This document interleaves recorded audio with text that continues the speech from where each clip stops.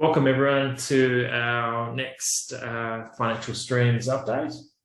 Today we thought we'd talk about the whether you pay off your mortgage or contribute money into superannuation. And good topic, very topical, Andrew. Very topical. And I also thought the interesting thing is to just get your feel, Michael, for the property market at the moment. And some observations that you may have, and also I've got a few little notes here that I thought might address and ask you some questions. Sounds good, Andrew. Property prices going up at the moment, and so the cost to get into the property market is getting higher, a bit more of a hurdle. What I'm seeing is younger people delaying going into the property market. On the flip side of that, it also means because prices are higher, it's taking longer time to pay off.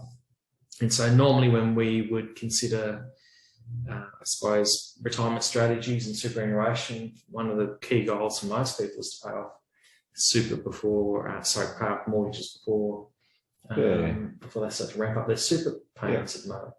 What are your thoughts at the moment in terms of your perspective? So if we talk from, I suppose, initially from a Tasmanian perspective, because property prices are overall quite strong at the moment, especially in Tasmanian terms. You've got a bit of a holding pattern in Sydney and Melbourne, being in lockdown, a bit of a trend to regional centres out of the larger cities.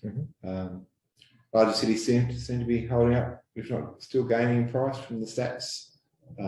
Query about what happens post-lockdown and some of the trends of people being cooped up in a large city in lockdown.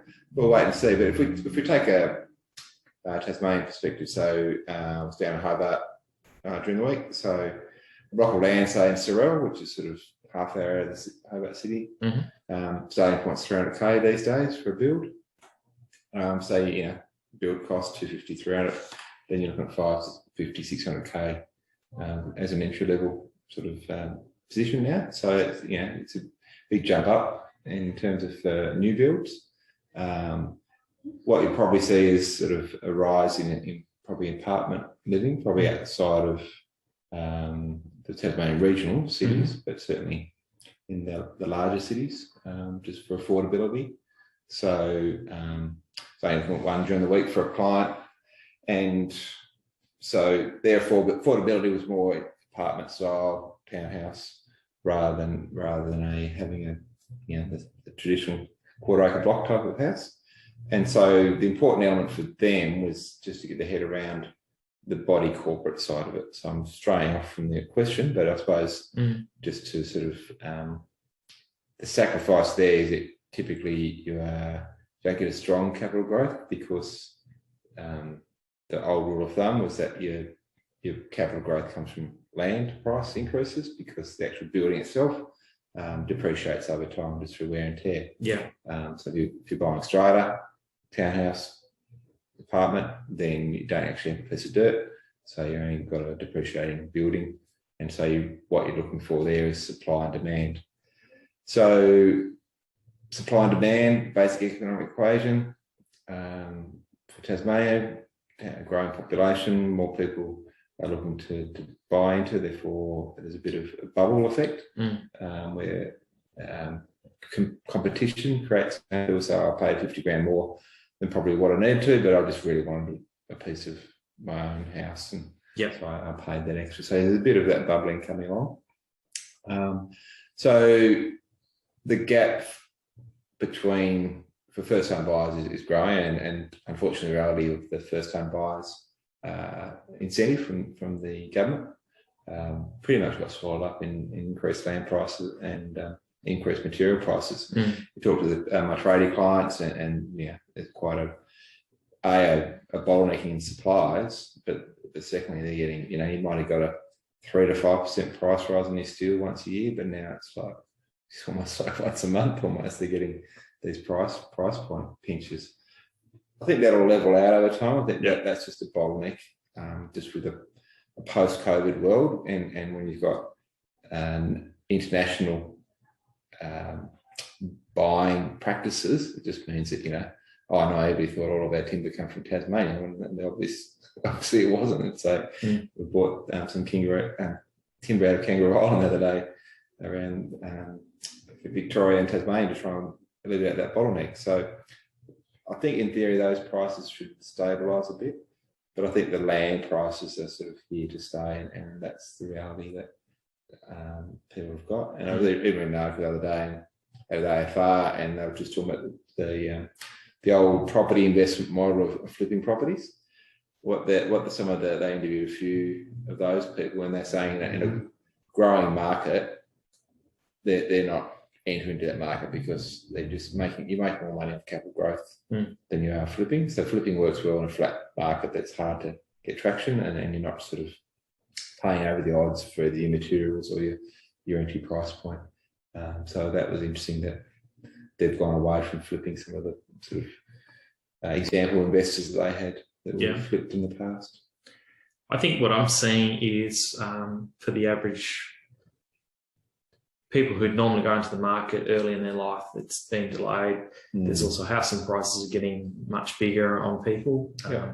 The time frame of paying off a property it's been extended, and that's where I suppose the purpose of today was really to talk about some of the strategies that we could look at, but it's also more about sort of the observations that we're seeing.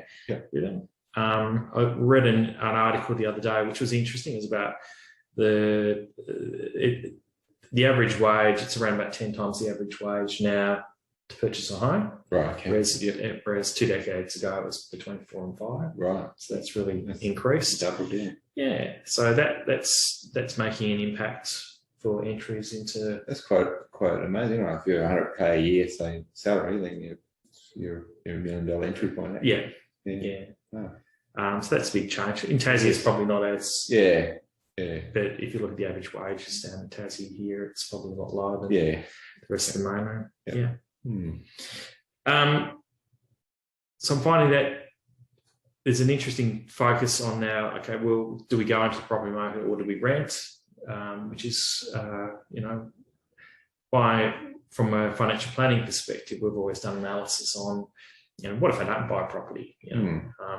Can I accumulate funds outside of or inside super or outside of super that really replicate what property does?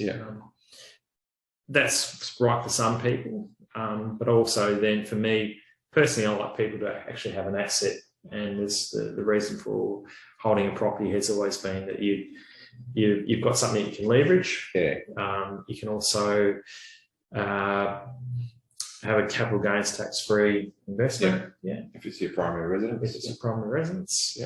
And I've always encouraged people to buy the biggest home that they can possibly afford. Right. And that's different for everyone, of course. Because from my point of view, you can always sell that asset in the future and for a downsizing strategy as well. So things are changing. What I'm seeing is people are getting into their 50s and they're seeing the horizon of their working career coming to an end. And they've still got a large debt that they're considering.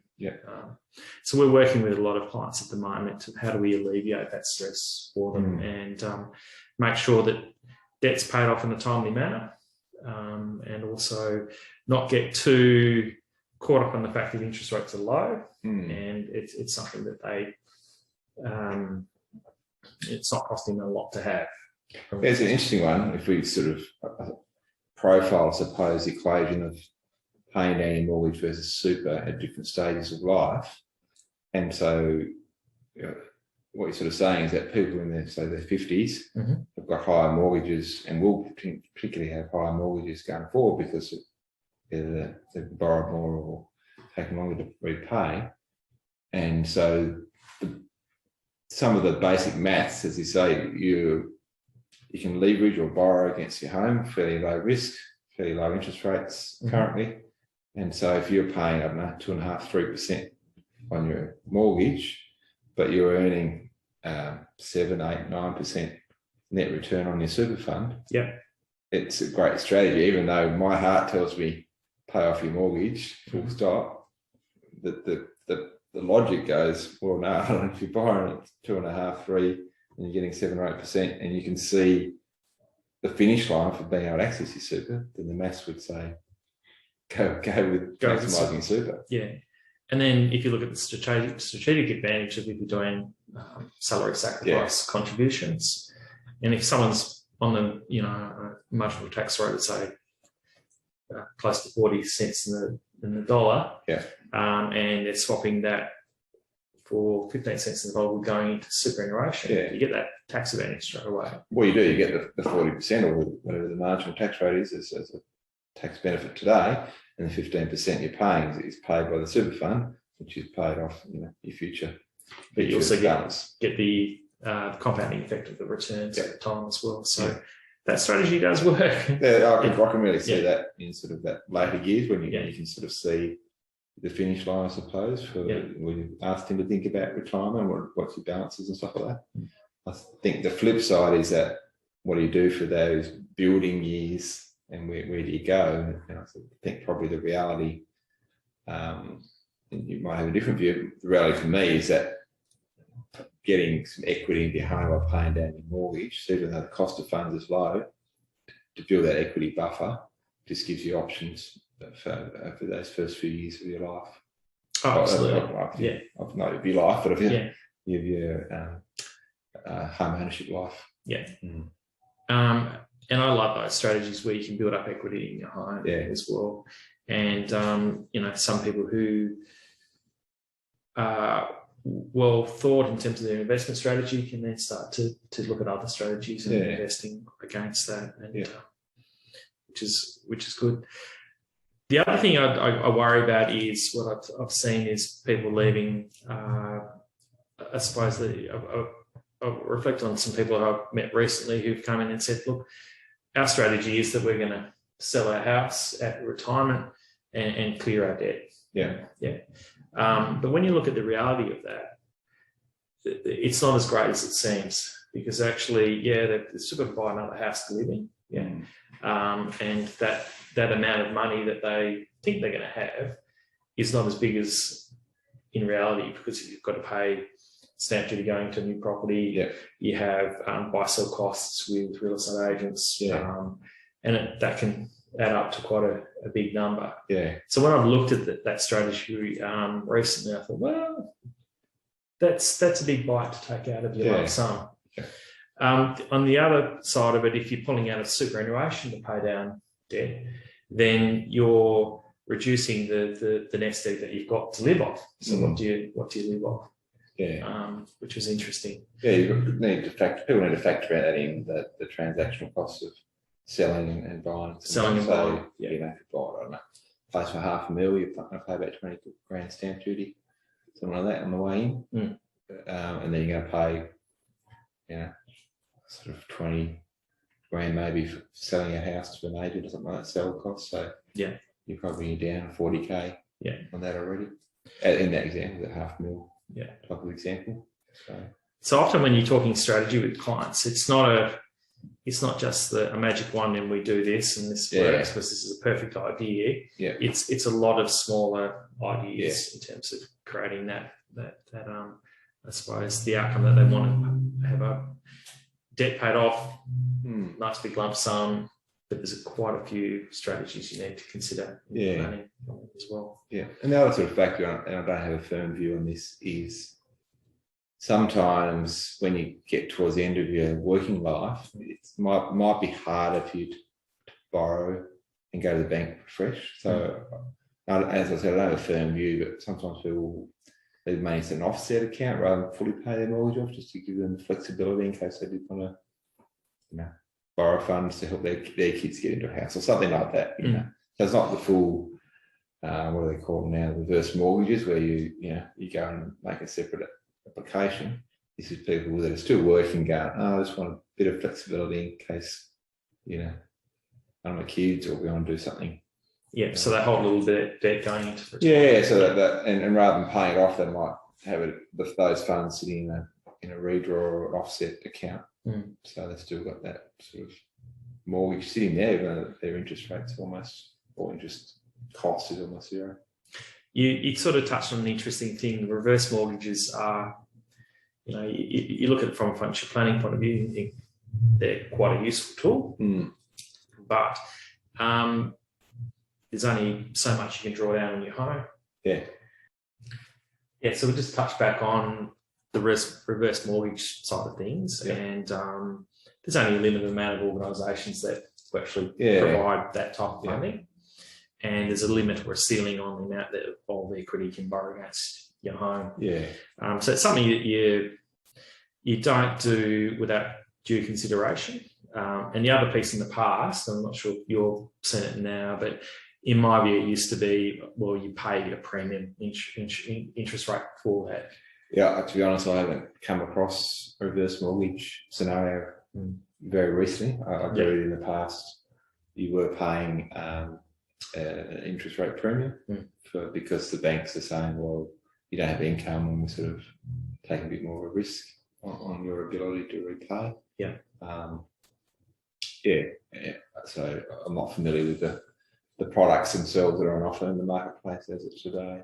So it's just something to bear in mind. I think that it's an option, but it's an option, but it's something that has to be well.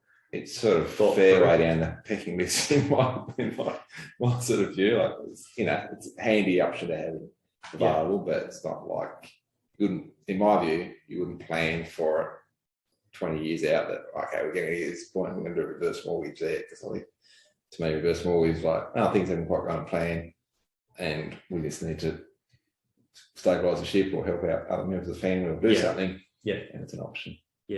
I suppose that it's some financial commentators talk about it because if you think about properties in Sydney and Melbourne, so I was listening to a commentator recently, and he was saying that, but if you've got a property worth 1.2 mil, you've got a couple $100,000 in superannuation, you're asset rich. You're still getting access to full age pension. And you're able to draw down for flexibility on your super fund. So it's not a bad funding outcome. I hadn't tweaked about being a prime residence, and then it's exempt from your Centrelink calculation, your pension calculation. So that's quite a big advantage. And I suppose if those individuals are happy, they want to sell the house, really happy and settled, then the downsides are sort of strategy and the advantage of putting them into super. Or if you're happy where you live in, then reverse mortgage might be a strategy as part of that. So my rule of thumb is, I agree with you. That's the worst case scenario. But I do have from a capital point of view, I like to go through those strategies because I love people retaining their family homes for as long as they possibly can. And not get too worried if they do exhaust their funds, if they've got a strategy to downsize in the future. Right, because you'll see that some of the survey results, people's greatest fear when they get towards retirement, they're running out of money. In retirement, that's sort of one of the biggest fear factors people have. So it does alleviate to some extent if we've got quite an asset rich end of working life scenario, then at least alleviates that fear. Or mitigates rather than alleviates necessarily. Mitigates. The other thing I wanted to sort of talk about is with property, it's about the comfort of knowing that you've got a property to live in. So those considerations need to be well thought through when you are looking at selling or downsizing. I think we're moving away from the pure numbers calculations, because some of the information I've reviewed over the years is that pure on a numbers basis, you wouldn't buy a home, you rent and invest and get a greater yield over the long term from investing. That's sort of crudely the numbers, but I don't know. To me, it's almost like people say, well, on numbers basis, you wouldn't have kids, and that's right as well, because they're not really from a pure financial perspective, but what's life about? So it's actually a really good strategy. To sit down around couple. That's right. You really want kids? That third one, maybe not. I don't know. But I think I'm a bit like you. I think there's a certain element of security and a base and a home to make, a house to make your own home, whether it's family or just the area you like to live in. There's a certain security and sort of, in my view at least, sort of a healthy element to that strategy. But by the same token, I'm not saying it's for everyone, but that's sort of my rule of thumb. We probably, as you said before we went on air, that for people of the 80s, so we grew up with that. That was just the norm, that you just everyone had a family home, and then that would be your lot in life. But it's not necessarily the right answer, but just on the right person to subscribe to. Yeah. So in summary, I thought what we're seeing is the cost of entry in the property is getting higher. People are having debt for much longer. We're not seeing the debt reduce to give people enough time to build up super funds. Normally, empty nesters are able to funnel more money into superannuation because of the time frame. It's getting closer to their retirement dates these days.